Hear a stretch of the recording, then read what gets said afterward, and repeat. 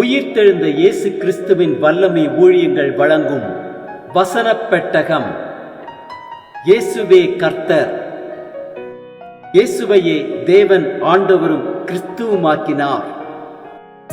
இயேசுவே ராஜாதி ராஜா, கர்த்தாதி கர்த்தா.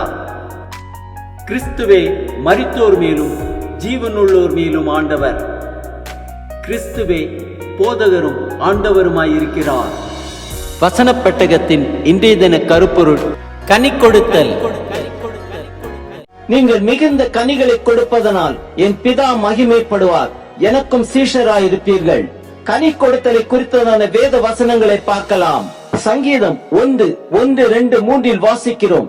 துன்மார்க்கருடைய ஆலோசனையில் நடவாமலும், பாவிகளுடைய வழியில் நில்லாமலும், பரியாசக்காரர் உட்காரும் இடத்தில் உட்காராமலும், கர்த்தருடைய வேதத்தில் பிரியமாயிருந்து இரவும் பகலும் அவருடைய வேதத்தில் தியானமாயிருக்கிற மனுஷன் பாக்கியவான்.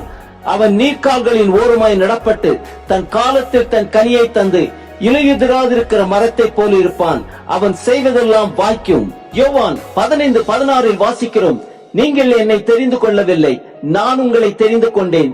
நீங்கள் என் நாமத்தினாலே பிதாவை கேட்டுக்கொள்வது எதுவோ அதை அவர் உங்களுக்கு கொடுக்கத்தக்கதாக நீங்கள் போய் கனி கொடுக்கும்படிக்கும் உங்கள் கனி நிலைத்திருக்கும்படிக்கும் நான் உங்களை ஏற்படுத்தினேன். கலாத்தியர் 5:22-23 வாசிக்கிறோம். ஆவியின் கனியோ அன்பு, சந்தோஷம், சமாதானம், நீடிய பொறுமை, தயவு, நற்குணம், விசுவாசம், சாந்தம், இச்சையடக்கம். இப்படிப்பட்டவைகளுக்கு விரோதமான பிரமாணம் ஒன்றுமில்லை. மத்தேயு 3:8 வாசிக்கிறோம். மனம் திரும்புதலுக்கு ஏற்ற கனிகளை கொடுங்கள். யோவான் 15:4-5 வாசிக்கிறோம். என்னில் நிலைத்திருங்கள், நானும் உங்களில் நிலைத்திருப்பேன். கொடியானது திராட்சை செடியில் நிலைத்திராவிட்டால் அது தானாய் கனி கொடுக்க மாட்டாதது போல நீங்களும் என்னில் நிலைத்திராவிட்டால் கனி கொடுக்க மாட்டீர்கள். நானே திராட்சை செடி, நீங்கள் கொடிகள். ஒருவன் என்னிலும் நான் அவனிலும் நிலைத்திருந்தால் அவன் மிகுந்த கனிகளை கொடுப்பான். என்னை அல்லாமல் உங்களால் ஒன்றும் செய்யக்கூடாது. நீதிமொழிகள் 18:21 வாசிக்கிறோம். மரணமும் ஜீவனும் நாவின் அதிகாரத்தில் இருக்கும், அதில் பிரியப்படுகிறவர்கள் அதன் கனியை புசிப்பார்கள். யாக்கோபு 3:17-18 வாசிக்கிறோம். பரத்திலிருந்து வருகிற ஞானமோ முதலாவது சுத்தமுள்ளதாயும், பின்பு சமாதானமும் சாந்தமும் இணக்கமும் உள்ளதாயும், இரக்கத்தாலும் நற்கனிகளாலும் நிறைந்ததாயும், பட்சபாதம் இல்லாததாயும், மாயமற்றதாயும் இருக்கிறது. நீதியாகிய கனியானது சமாதானத்தை நடப்பிக்கிறவர்களாலே சமாதானத்திலே விதைக்கப்படுகிறது. லேவியராகமம் 26:3-4 வாசிக்கிறோம்.